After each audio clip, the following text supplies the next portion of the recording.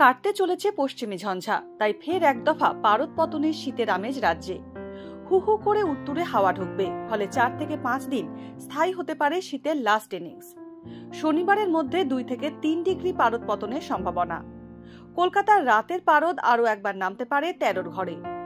দক্ষিণবঙ্গের জেলাগুলিতে সকালের দিকে দেখা যাবে কুয়াশা, তবে বেলা বাড়লে আকাশ পরিষ্কার থাকবে। শুক্রবার 17 জানুয়ারির পর এই সিজনের লাস্ট ইনিংস খেলবে শীত। উইকেন্ডে তাপমাত্রা কমবে উত্তরবঙ্গেও, তবে ঘন কুয়াশার সতর্কবার্তা উত্তরের সব জেলায়। কোথাও কোথাও দৃশ্যমানতা নেমে আসবে 200 মিটারে, কাজেই রাস্তাঘাটে সতর্কতা অবলম্বন করতে হবে মানুষকে। কলকাতায় গতকাল থেকেই অব্যাহত রয়েছে পারদ পতন, ধীরে ধীরে নামছে শহরের তাপমাত্রা।